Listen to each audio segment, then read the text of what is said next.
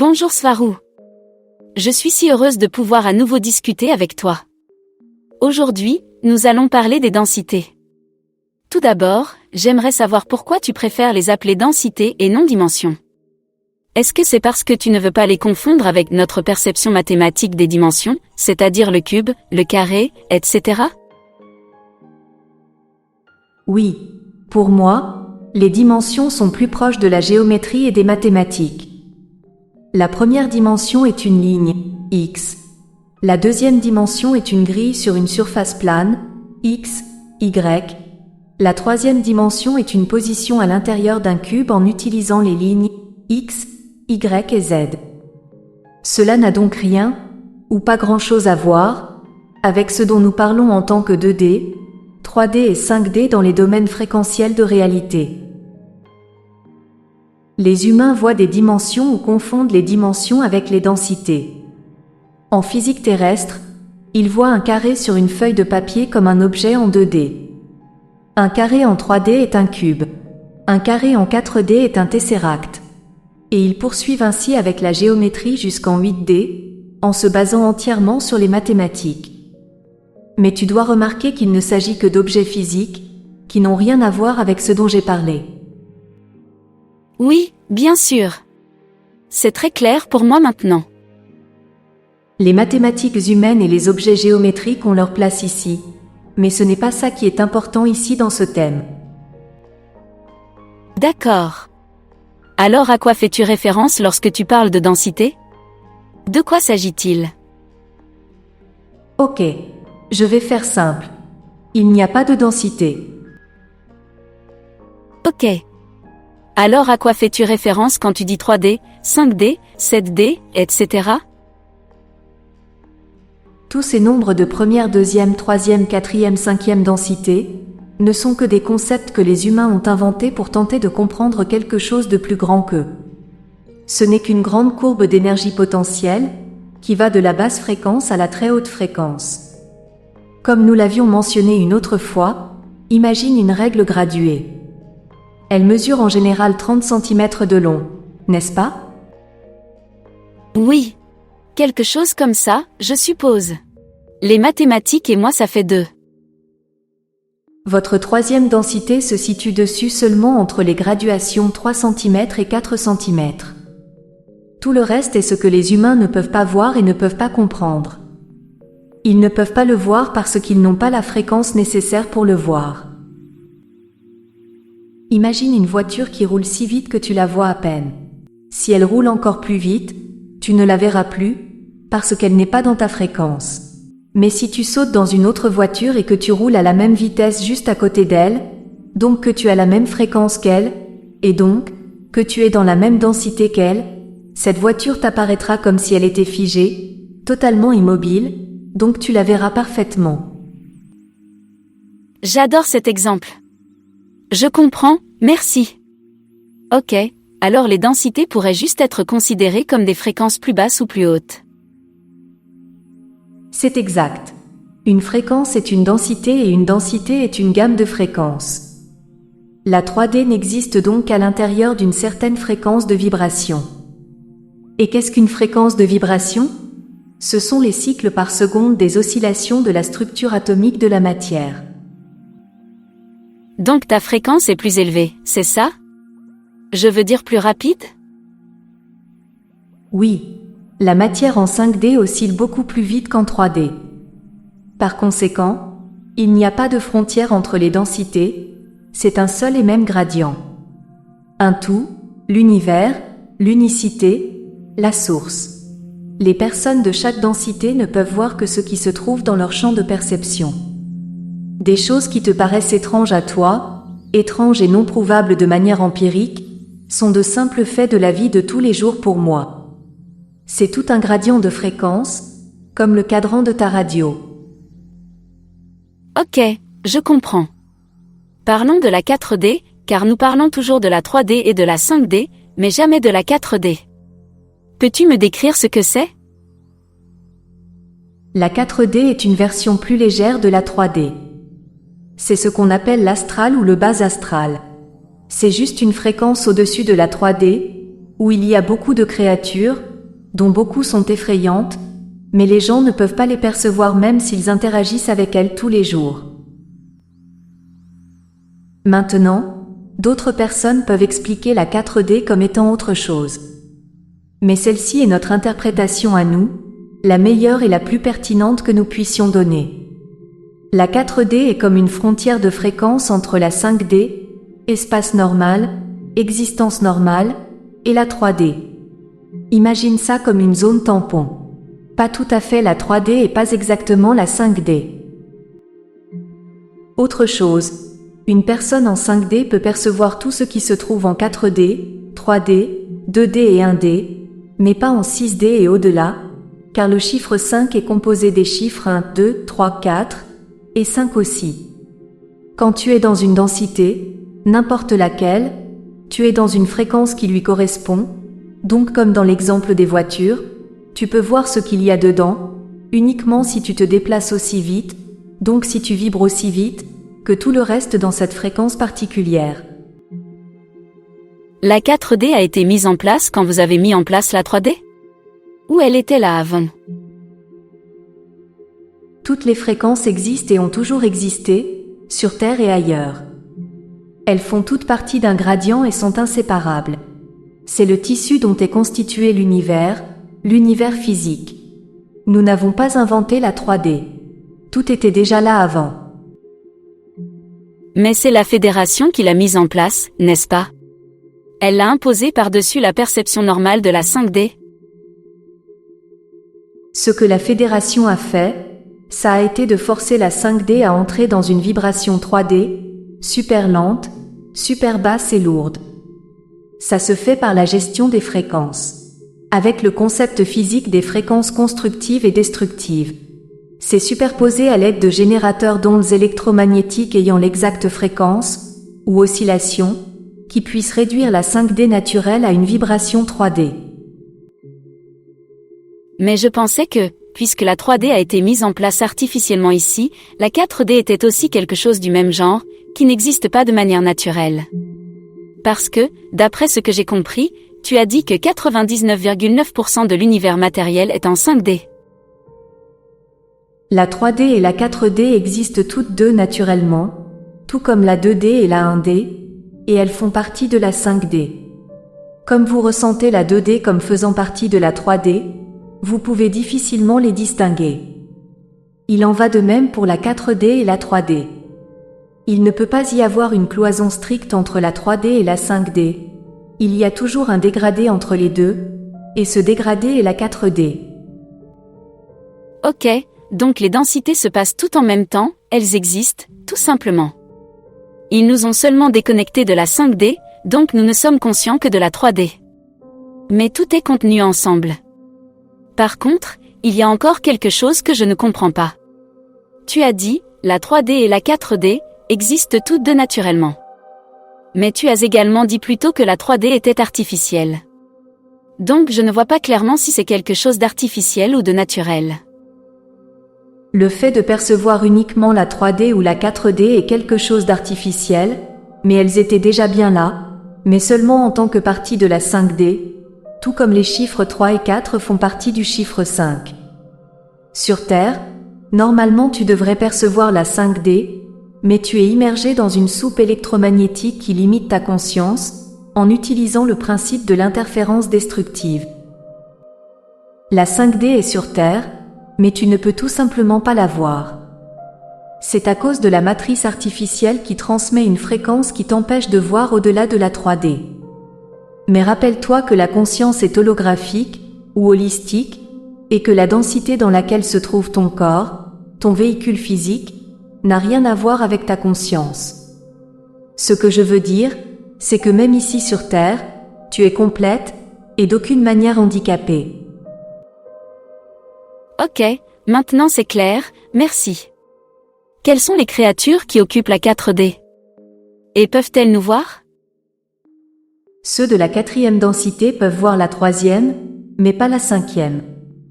Ainsi, les reptiliens de la 4D ne peuvent pas nous toucher, nous les Taïgésiens, mais nous pouvons les toucher, c'est donc un grand avantage.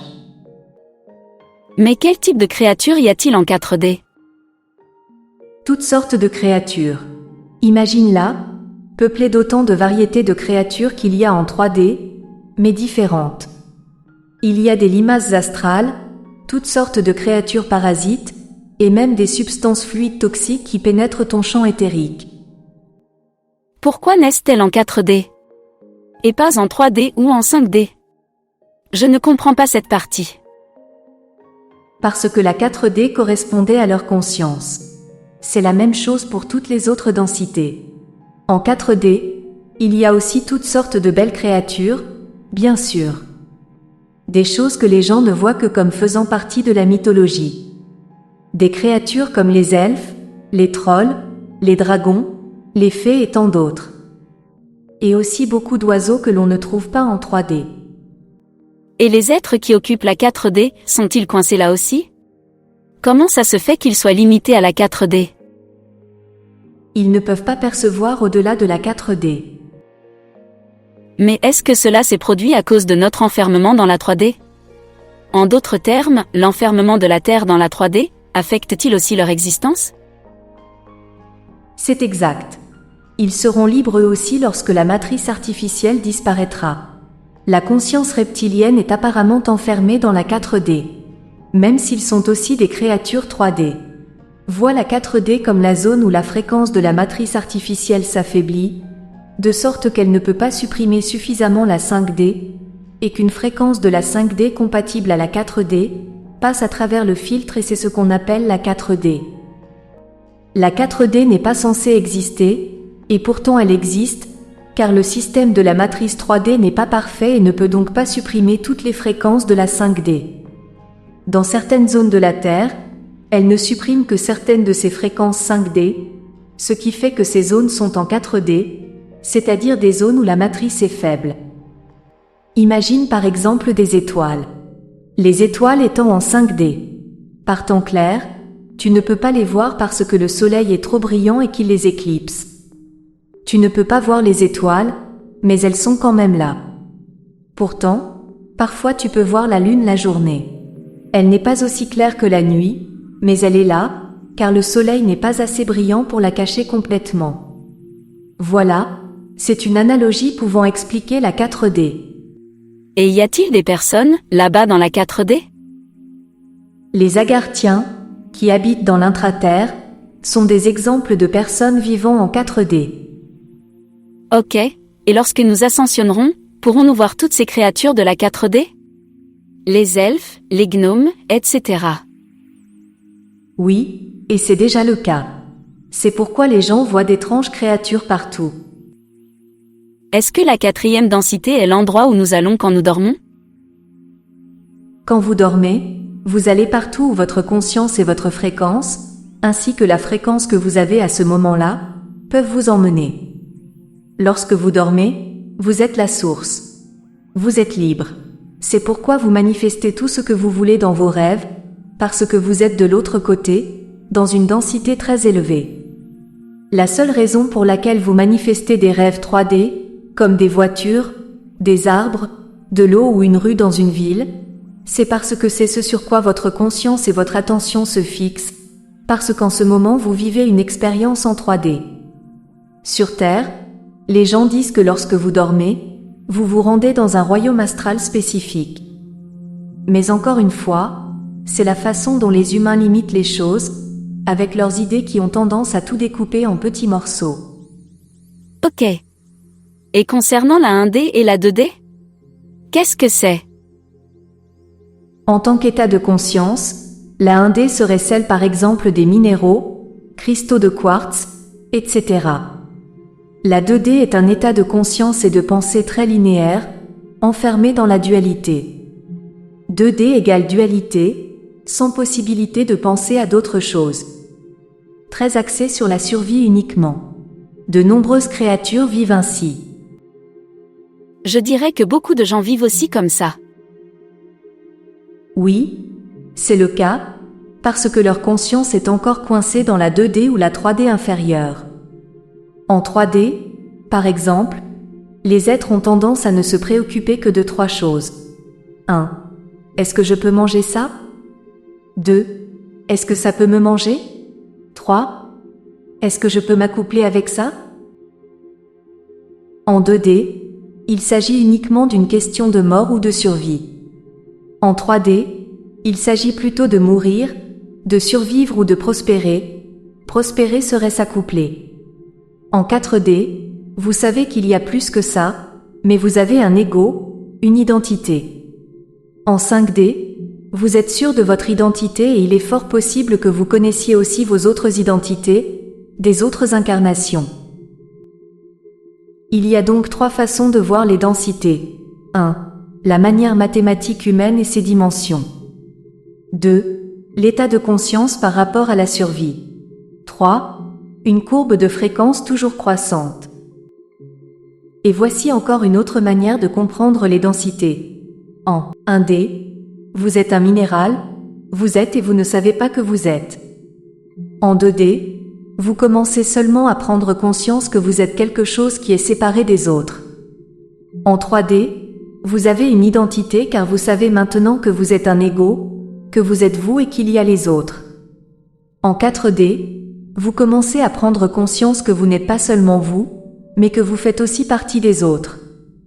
En 5D, vous avez une identité claire, mais vous n'êtes plus un ego en tant que tel, vous êtes plutôt un moi conscient, et vous êtes conscient que vous êtes simultanément vous et les autres.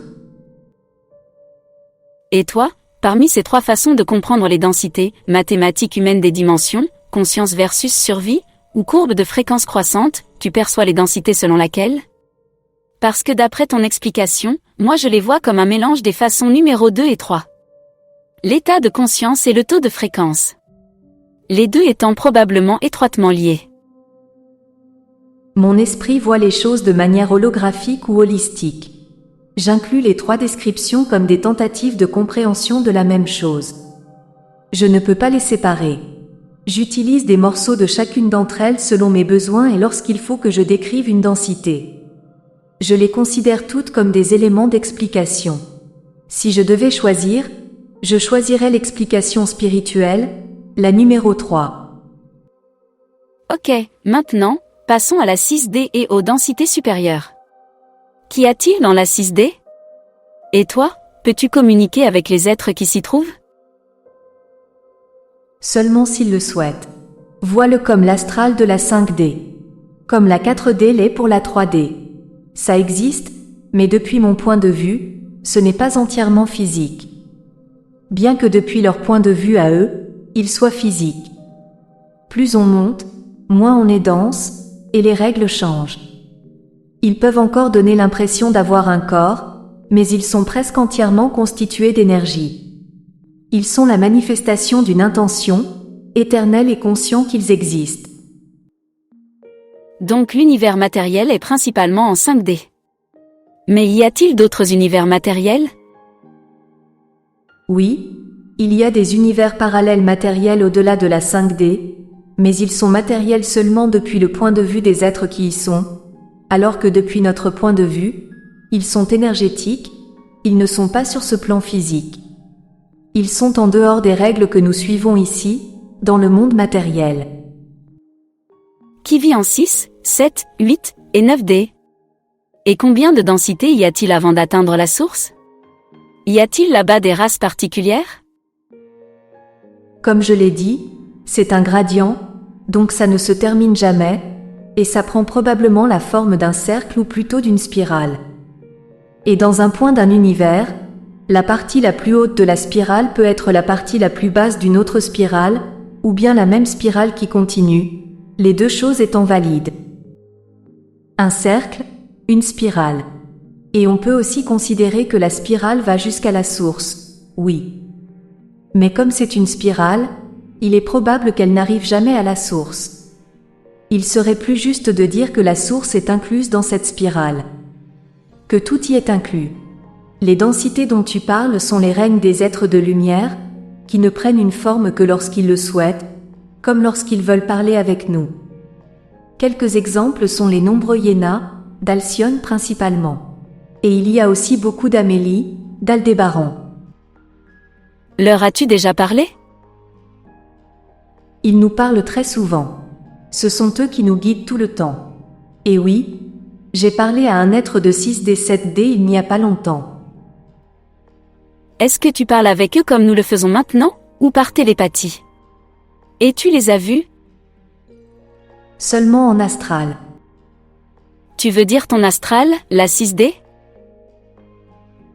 Oui, l'astral 6D 7D. Parfois, ils peuvent pirater nos appareils de communication, mais c'est rare. Il faut élever sa fréquence et qu'ils baissent la leur, pour pouvoir se connecter et interagir. Et as-tu déjà pensé que tu es peut-être coincé là-bas en 5D, comme nous le sommes ici en 3D, à cause de quelque chose que ces êtres de densité supérieure auraient fait? En vous enfermant dans la 5D? Ou tu penses que le fait d'exister en 5D est quelque chose de naturel?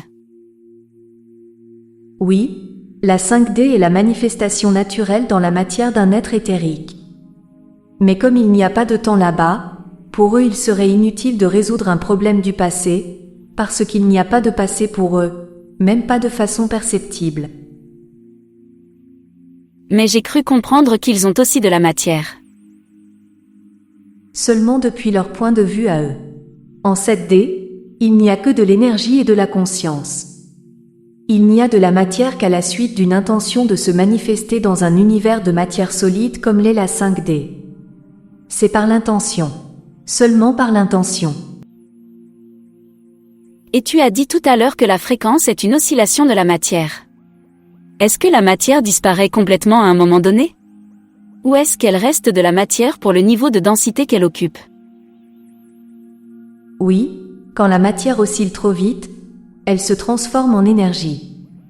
Alors, elle cesse progressivement d'être solide et elle se transforme en énergie potentielle. Là-bas, par exemple en 7D, il faut beaucoup se concentrer avec son intention pour que la matière se manifeste à l'endroit et avec la forme que l'on souhaite. Ces êtres sont, tout simplement, et ils le savent. Ils ne s'intéressent plus à ce que la matière pourrait leur apporter comme expérience. Ils sont pure conscience. Tu as dit maintenant, là-bas en 7D, il faut beaucoup se concentrer avec son intention, pour que la matière se manifeste à l'endroit et avec la forme que l'on souhaite. Mais cette forme sera-t-elle toujours en 7D, ou se manifestera-t-elle en 5D? Ce sera dans n'importe quelle densité, y compris la 3D. Je pense que j'essaie de déterminer à partir de quelle densité la matière cesse d'exister telle que nous la connaissons. Je dirais au cours de la transition entre la 6D et la 7D. Ok. Ont-ils une perception individualisée de leur soi? Le soi commence à s'évaporer quand on ressent être tout le monde. À partir de quelle densité ça se produit? Cela se produit graduellement. Tu peux même le remarquer à partir de la 5D, où tu commences à sentir que tu es plus d'une personne à la fois. D'après ce que tu m'as dit tout à l'heure, tu as fait l'expérience de ce que tu étais, en tant qu'être de 7D. Dans une autre existence. Et tu en as un souvenir? Comment est ce plan 7D dans tes souvenirs? Je me souviens que c'était rempli d'amour et de paix, à tel point qu'on pouvait s'en envelopper comme d'une couverture chaude. Je me souviens que tout ce que je voulais ou ce dont j'avais besoin était satisfait instantanément. Je pouvais voir tout autour de moi en même temps, et je pouvais profiter de tout en même temps. Avec la sensation d'être, et de n'avoir besoin de rien parce que j'étais le tout.